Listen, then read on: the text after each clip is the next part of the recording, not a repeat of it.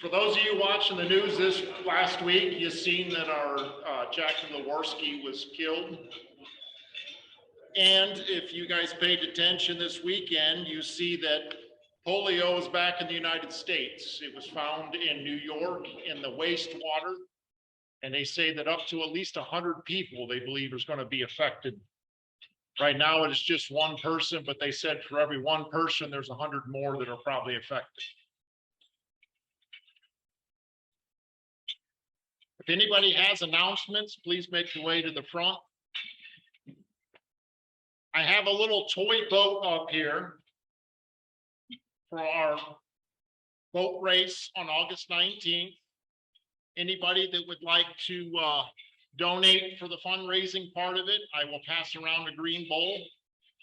Or on your table, there is a piece of paper, there is a website link, and there's instructions that tell you how you can donate online if you'd like. I'll leave that in the bowl as well. All right. Well, thank you everyone who came out to kayak with us. Big kudos. I know James just stepped out of the room, so we'll wait till he walks back in and give him some applause for organizing that. A super fun way to be social together as a club.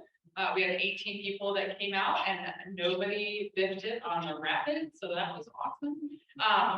On your table, there's a couple of things. The little sheet that Todd just mentioned, there is a text option there as well. That's not necessarily just for our club, for you guys to donate, but if you would like to help promote, there's also, if anybody that's interested in volunteering, there's a way to volunteer and be there at the boat races with us on August 19th.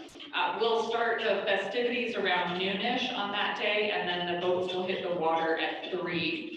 Thank you to all those who came out this past Saturday at 8 o'clock to help us paint.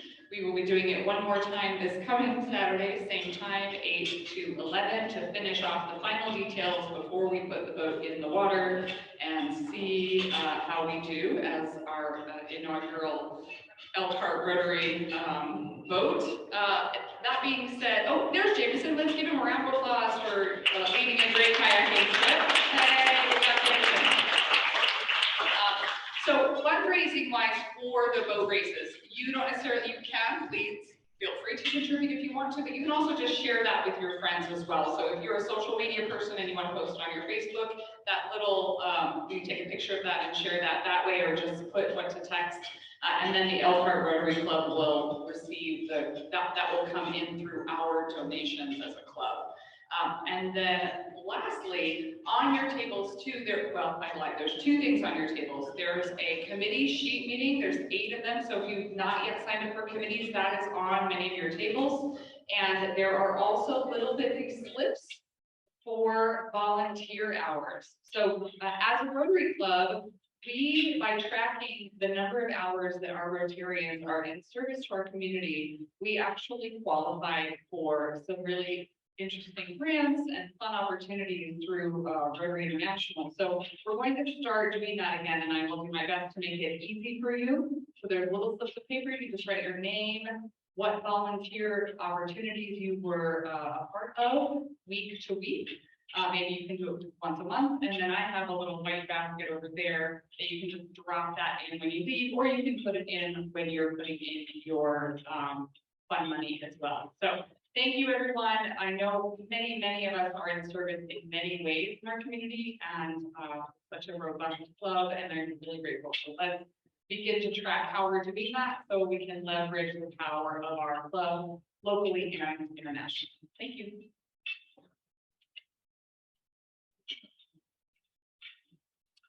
All right, everyone, for memberships, I want to thank the membership committee members who've been voting on those. We've had quite a few applications. Sounds like we'll be having a couple more. And at this Friday's board meeting, which is 7 a.m. at Todd's Warehouse, 904 Plum Street here in Elkhart, we're going to approve some new members into this club and be doing inductions over the next few weeks. So thank you for continuing to promote those. Speaking of memberships, I also wanted to introduce, did anyone notice online? We do have quite a few folks on here. which I think, Vince, it's probably why you maybe got introduced. You're a frequent online virtual attendee. So I'm wondering if that might have been a key. But did anyone notice that Robin Hubbard is here with us today? Robin is the new Salvation Army representative, and she has indicated her interest in joining our club. And Robin will be virtual for a while because she had a recent, very exciting addition to she and her husband's lives. So they will be attending virtually for a while, but she's really excited. She has been involved with Rotary in her previous appointment in Salvation Army. And so we'll get her up to speed and kind of get that going for Salvation Army support this year, which is really exciting. Thanks to those of you who came out and joined me at Hotel ELKR the last week. We had some good discussion, and I encourage you, anytime you get a chance, meet with Rotarians outside of work. You get to meet so many new people and get to see perspectives that way.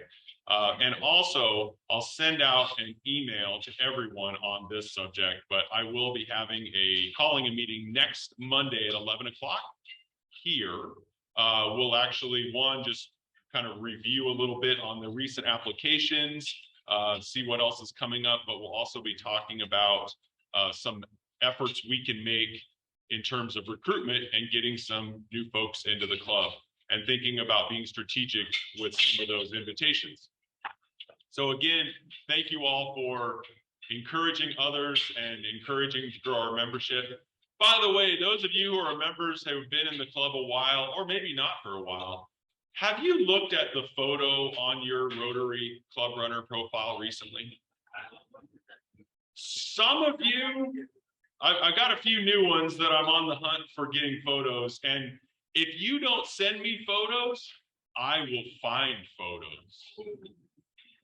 So if you don't have a photo on Club Runner, make sure you pick a headshot. It does not have to be a portrait. This is Rotary. It can be fun. It can be like this. Take it. You have, everyone in here has one of these. I assume even you, David, Tony, right? You are able to use this for a selfie. You can take your photo that way. It's for other new members and even within our membership, so that we recognize Vince Vonderbellen when he attends in person. That's why we do those things. So get your photos to me. Thank you. Next week, we've got Craig Whitefield, Chief Memorial Hospitals, Security and Police. And then the following after that, we've got the Elkhart County Symphony. And then we've got the 5th Monday, we're determining what we're going to do. Right now, we're talking about maybe a social hour at Wellfield, because it'll be right after the Wellfield Taste of the Garden. August 28th, Taste of the Garden. If you want to volunteer, thanks for your patience. Jody is entering all those things. This is the voice of Todd.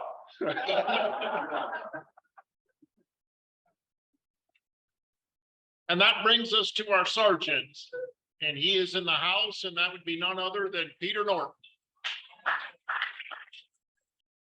All right, David Damerow and Vince Vanderbellen, please stand.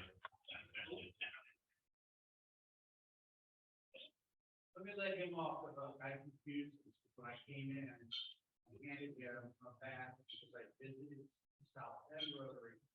And I said, this is from visiting for my makeup. Okay, so for those of you playing the home game, Vince is trying to backpedal. Anyway, David, this is Vince. Vince, this is David. That'll be $1 for both of you. Okay, right, what you know. Last weekend, we found out that my son and my daughter-in-law are going to have a little boy. So if anything wonderful has ever happened in your family, please put $1 in the basket.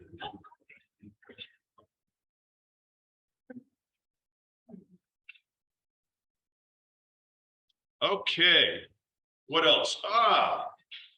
Well, let's see. Last weekend was the Grand Prix, right? Who attended the Grand Prix? Please stand up. Good. All right. Well, a nice turnout for Rotary, and for the rest of you sitting down, please put $1 in the basket.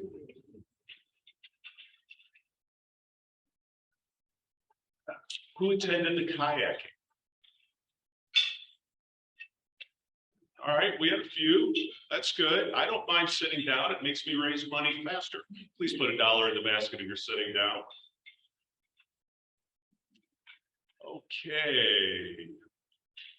Let's see. All right, Julie, let's start with your table. To save the club $1, August is National Chocolate Chip Cookie Month. So let's learn about cookies. I guess I should, this was a good topic for me since now I'm going to be a grandfather, right? Okay, so to save the club $1, how many cookies do Americans consume each year? 85 million, 1.2 billion, 2 billion. I would say 1.2 billion. And well, no. Okay, no, it's actually 2 billion. So that'll be $1 for everybody.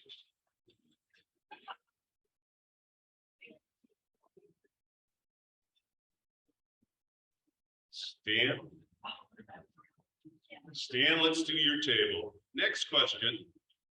How many cookies is that for each American? 100 cookies, 200 cookies, 300 cookies. I know one thing. 300. And 300 is correct. All right. All right, next table over, Dave.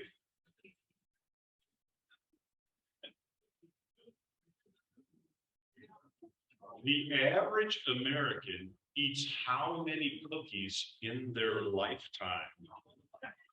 35,000, 50,000, 85,000. Actually, it's 35, so that'll be $1 for everybody. Okay, next table back. Somebody stand up. All right. What percentage of U.S. households consume cookies? 90%? 93%? Okay. What kind of cookies do half of all American households bake at home? Yeah, that was a gimme one. All right, next table over. Okay. Santa Claus is estimated to eat how many cookies on Christmas Eve? 336 million, 536 million, 636 million.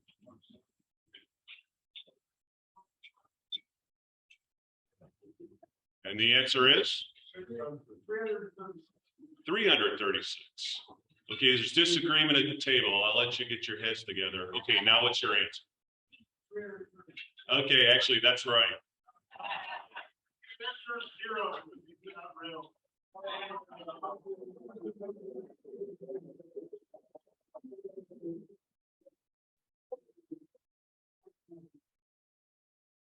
Bill Reed.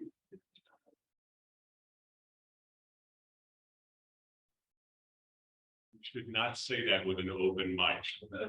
$5. And you know what? I was sitting here watching today the great staff of the Matterhorn run around like crazy and take care of us. So how about a big hand for them?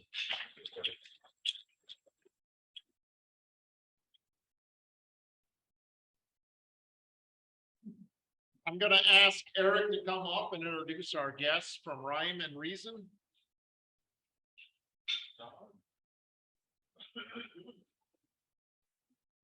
All right. Let's see, before I forget to do this portion, let's get this going and shared here.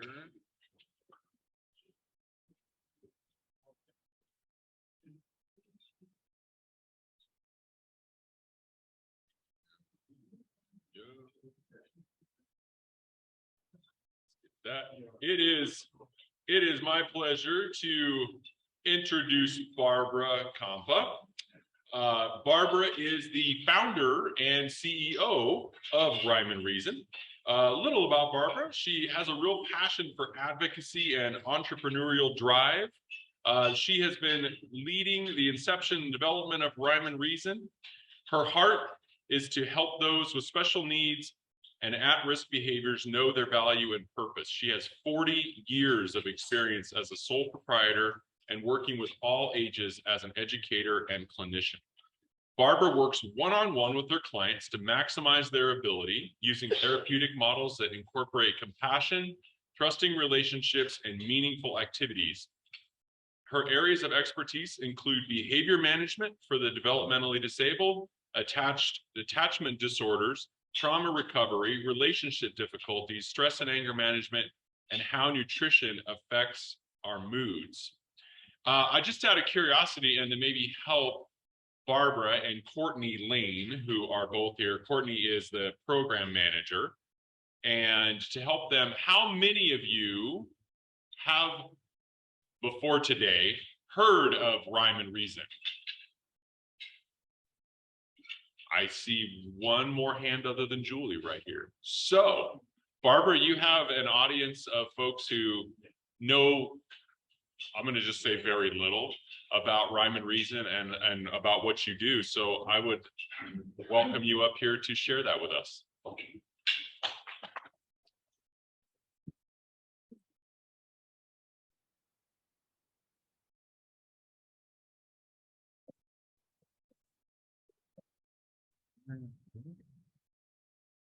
Thank you for having us today, Eric. We appreciate your invitation.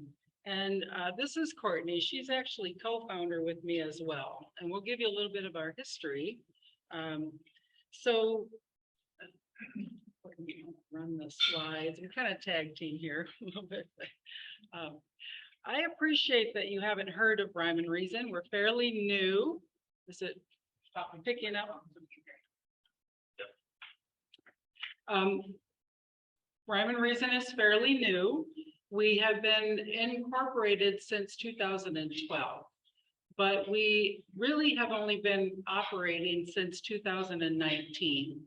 So we started out, Courtney and I actually worked together at a foster care agency as case workers, and we just kind of hit the road running with our passion, and that was serving those with special needs and developmentally challenged behaviors.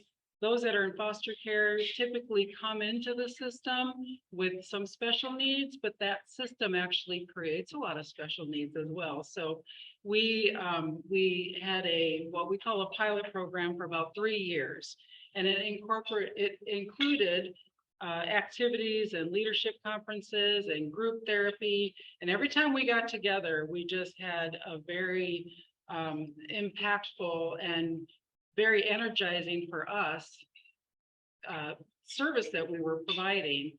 And so in 2012, we, at that point, after investing over 4,000 volunteer hours, we decided to incorporate.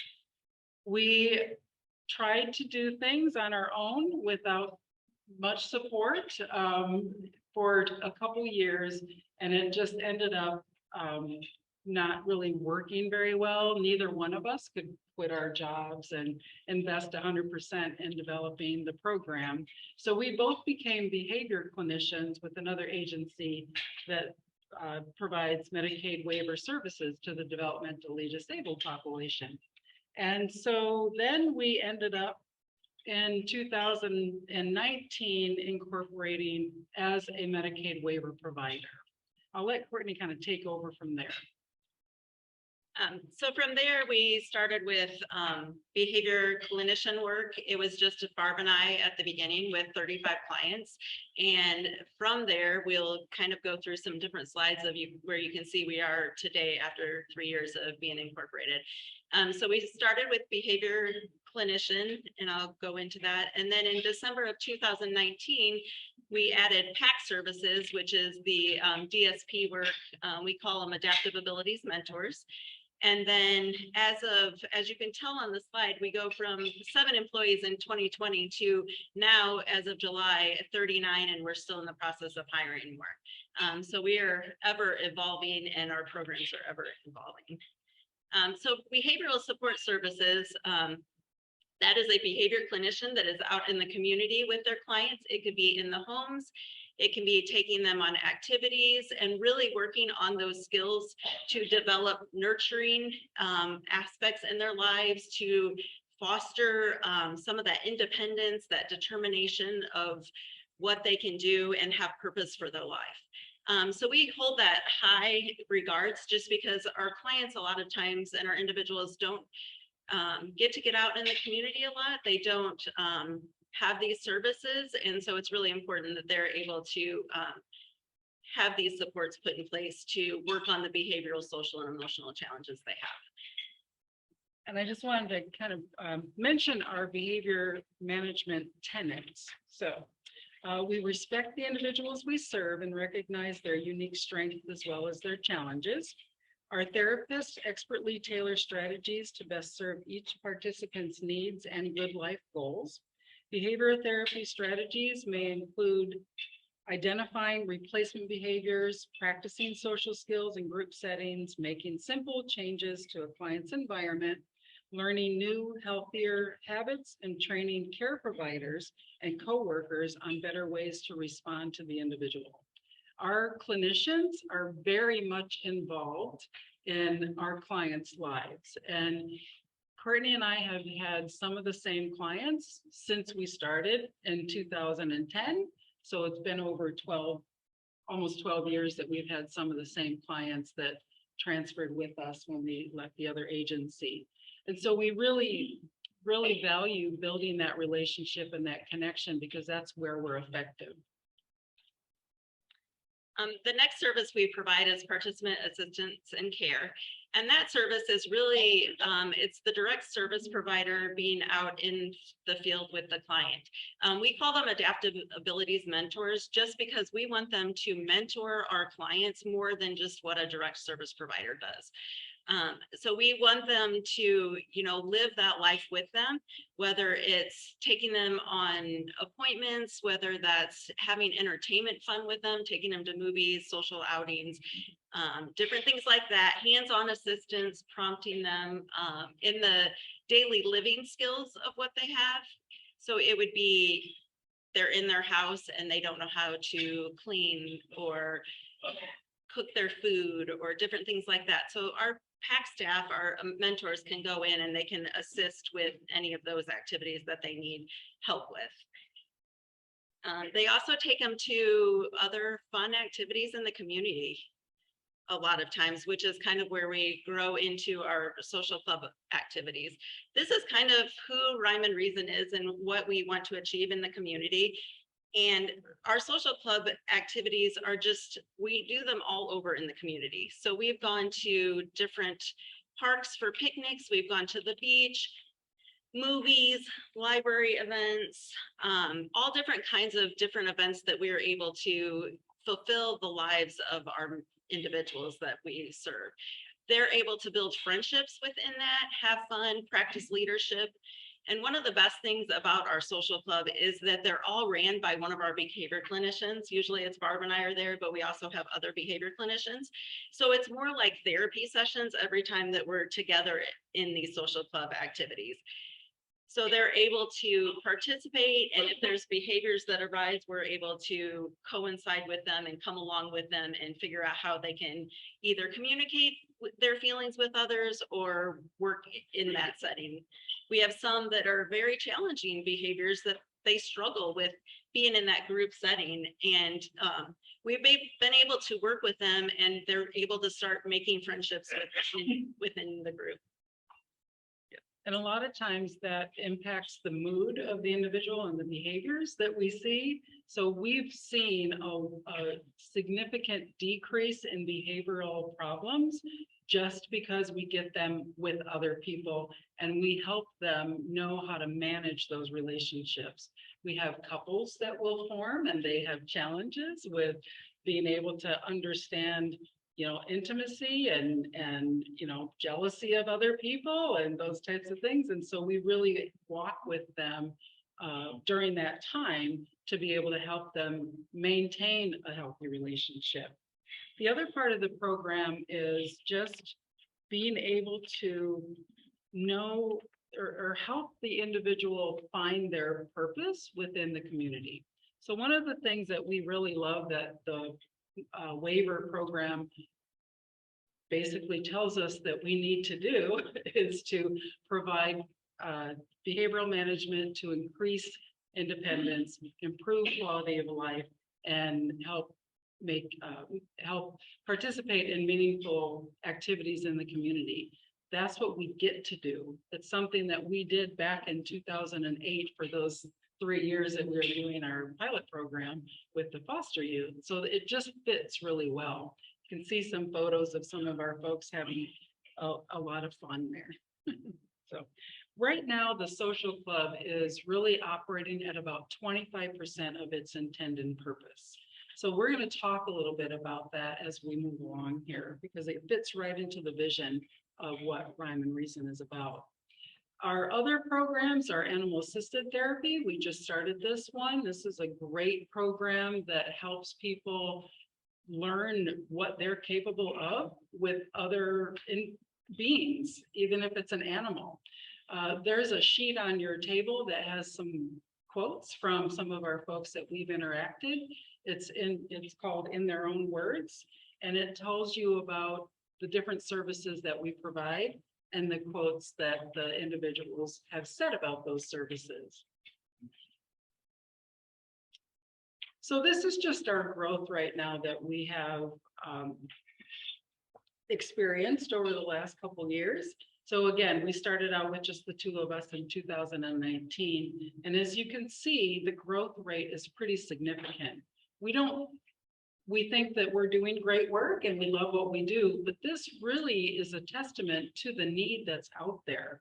We have not advertised, that's why you probably haven't heard of us, but we keep getting referrals and we keep, you know, having the list grow longer and longer and longer. And I know those of you who are familiar with waiver provider supports, there's a great gap in being able to hire people to fill that need. And so it's a continual process that we're constantly trying to meet. This is our client growth. So we have, again, just exponentially grown over the last couple of years. And so it just, again, testifies to the fact that the need is great. There's gaps. We've got a lot of programs that are great, that are already serving those with disabilities, but the gaps are there. We, you know, want to fill those gaps. So we have a property in Lakeville that we're trying to develop as our campus. It's 84 acres, and it will house all of the program that we're not doing currently because we just don't have the space at this point. So the vision that we're going to spend a little time talking about the vision. The vision is for our house. This will be the space where the participants can call their own. We recognize there's a lot of great day programs out there. This space is completely different. It will be the space that individuals can come where they can meet, they can join in conversations. We will have therapists there who will be able to help and monitor those relationships. Again, not dictating, but guiding, because there's always problems that arise with some of the intellectual disabilities that we deal with. It's difficult to be able to know how to respond in situations that come up. and how to be able to put up and tolerate with other people, how to be inclusive when somebody's different than us. You know, as adults, we should be learning those things and have already, you know, been able to do those things. But our individuals, even as adults, they don't have that capacity to be able to do that. So we're there helping them do that. It's a safe place where all of our individuals will feel that they belong. The activities that will happen there, overnighters, we've done this before. We have a camp out every year at Potato Creek. Those, we're always surprised at how many people sign up for that, because it's an uncomfortable situation. You're basically with 8 other people in the cabin that you don't know. However, now they're starting to get to know each other, and so they're really doing well. And these overnighters, they get to share over a long period of time, you know, working together and learning how to socialize. We do have a lot of individuals who live with roommates or housemates. And so, you know, they're used to just their own little circle. But once we get them out and experience others, then they find that they can manage and be inclusive of others that they typically can't tolerate because of a sensory issue or something that they're dealing with. Again, they find a sense of purpose. An extended time frame accommodates for fun activities while being able to practice those social skills. We are looking at having leadership conferences. There's a lot of our individuals who certainly can be leaders, but they just don't have that opportunity. We have a mentor program built into the program, the social program, where our adults with disabilities can mentor the younger ones when they're coming into the program, so that they feel that they belong, but at the same time, it helps build those leadership skills. The emphasis is on maximizing their educational efforts while exploring career opportunities as well. So we have a lot of jobs that are built into this plan, and being able to work in an environment where your job is not jeopardized because you have an emotional meltdown or you're just not feeling it that day. The plan is to train our supervisors, our managers, to be able to know how to accommodate and provide an environment so that our employees can be successful, those that have challenges. Lots and lots of things that we have planned for that house. We're very excited about it because, again, it encompasses our whole social program. And if you want to know more, it's 84 acres. We have we call it the back 40. That's all mature trees, and there's a stream going through. The front 40 has been planted with a lot of trees, and that's where the house will be on the north. Yeah, well, I have a picture here of where things will be located. I think we're back. Okay. Let us go back to this really quick and make sure we're sharing, because normally it kicks that off.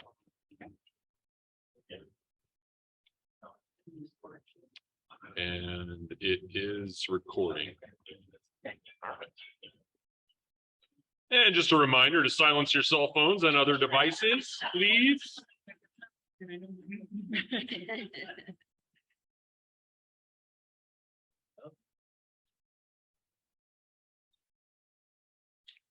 There we go.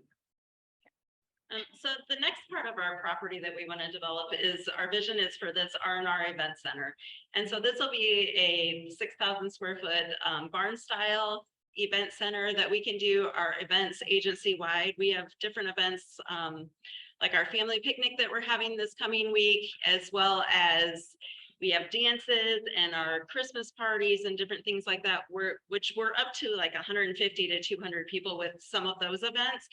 And so like spaces, trying to find those spaces to have them is hard at times. And so we're gonna develop this, as well as we can rent it out for community engagement with weddings, corporate events, retreats, different things like that as well.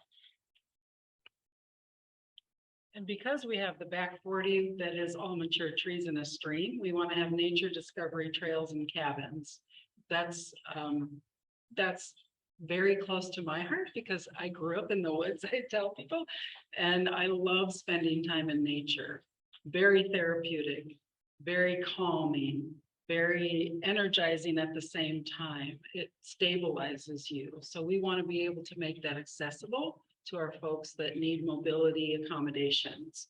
And the other part is having our cabins for retreats and for our own camp out activities. We're renting Potato Creek right now.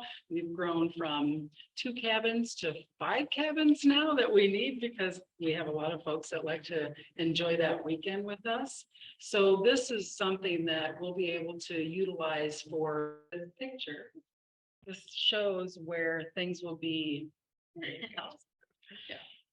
Move it way over though. You want me to minimize it? Yeah. Okay, well, Nope. nope. Okay. One more time. Thank you for being adaptive. Yes.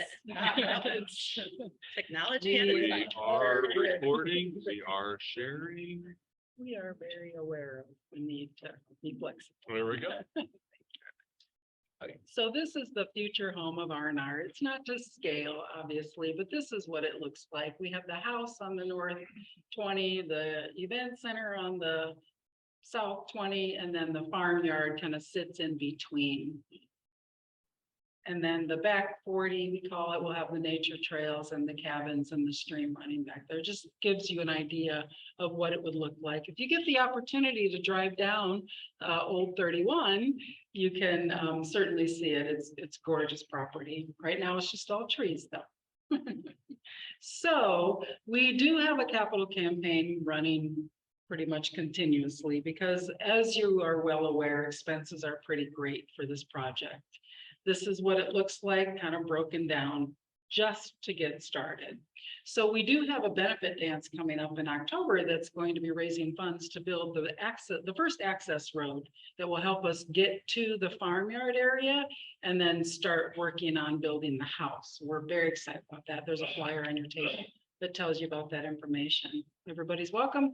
It's going to be held right here in Elkhart at the Lex 530. We do serve over 50% of our clients are from Elkhart County. And so we're kind of tag teaming with the counties around. So this is our call to action. We are definitely looking for board members. We recognize that board members provide the stability for the nonprofit. We are in need of those, obviously, that see and recognize that this vision for this property is beneficial, but also big enough that it needs some help. We're always looking for board members. As financial donors, we know that you will fulfill the hope of all those that we serve. Like I said, there's a lot of agencies around. We are in partnership with some of those, and we don't see like overtaking anything. We just see in addition to what's already being provided and hopefully filling some gaps. But we would love a grant writer to be able to help us grow in that area. We recognize that there's a lot of grants available for helping us to move forward. Fundraising committee members. You ignite the passion for the vision and for the work that we're doing. And we have one of our board members who oversees that and chairs that committee. So if that's something that you're interested in, we would certainly love to talk with you. Volunteer coordinator. We are looking for somebody to help us coordinate volunteers, but also looking for volunteers. And I know that that's one of the things that we talked with Eric about is incorporating your support by volunteering for our social club events, anything. Like we have transportation needs, we have other types of activities that you could volunteer for, but primarily it is for our social club events because we have a lot of folks that come and need just someone to oversee and help monitor and help, just help make sure that the event is beneficial for our clients. We do have a family picnic coming up this Friday, it's coming up fast. And that will be at the Lakeville Community Center. And if you want to get to know us, that's a good place to come and get to know us. If you want more information about that, just come and talk with me afterwards. So you harvest the enthusiasm, and we're extremely enthusiastic to talk to you about that. This is just a little flyer for our benefit dance coming up on October 7th. This is how you can learn about us. And we do have a website that is pretty extensive that tells about who we are and what we do. We're on Facebook. If you would like to choose a charity and through your Amazon purchases, we have that as well. We do have a fun run. I don't know if there's any marathon runners or 5K, 10K runners in the room, but we have a fun run coming up in November 5th, and that's on our website or on our Facebook page as well. It's hosted by another nonprofit who's graciously providing those funds for us. It's called the St. Joe Valley Happy Trail Run. And if you know anything about signing up for those, it's on Run Sign Up is the website that you can sign up for that. So we are available for any questions if you have now or after. Yes. First, state and a question or two. Since I don't speak that, okay, I have two questions. I just want to say, carved out a beautiful, very needed program. We have a number of programs that would dovetail what you are attempting to do. I would advise that you go slowly. This will not happen in 5 years. It may happen in 30, but it will not happen in 5 years. You're going to need considerable a budget. Maybe you think I guess I said you will need to go slowly. You'll need to coordinate some of that with AUG8 here in this county. And we have the executive director of that in this group. And maybe you've already met her. I don't know. But it's a worthwhile effort. Thank you, and I encourage you to go. Thank you. I appreciate that. And we definitely want to make sure that we don't run too fast. I know I've got some of our committee members are like, what if we do this? I'm like, wait, we're not ready yet. We're not ready yet. Because we really need to maintain that standard of excellence with our services because it's about the people that we serve. So I appreciate you affirming and confirming that for us. Thank you. Yeah. How many members of your staff are volunteers versus paid? And our question, what kind of training do volunteers get in order to work with the client? Currently, we have, I would say 10 probably that are not paid volunteers. And before an event, we will train that, like for the first half an hour before the event, we go over different aspects of what the event's going to entail and what their responsibility and roles are in that event. And previous to that, we've had other kind of trainings with them as well, just so they know the population of what we're serving.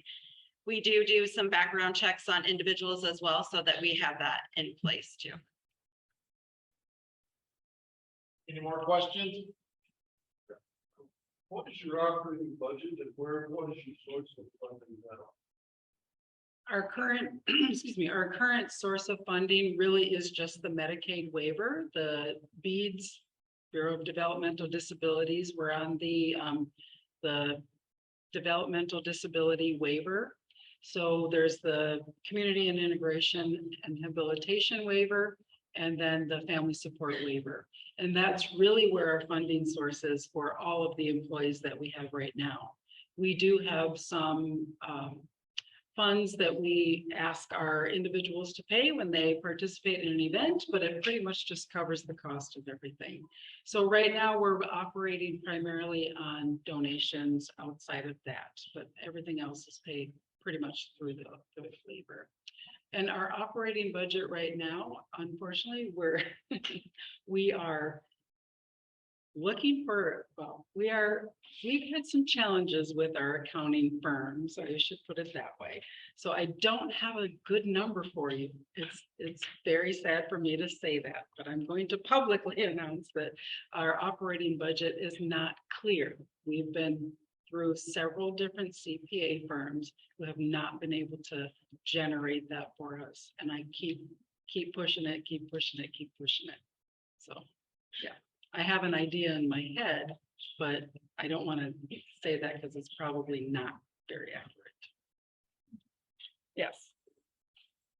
If I can just say, so financial help is one of those things, like numbers and books and things like that is one of those board positions that we could certainly use some help with.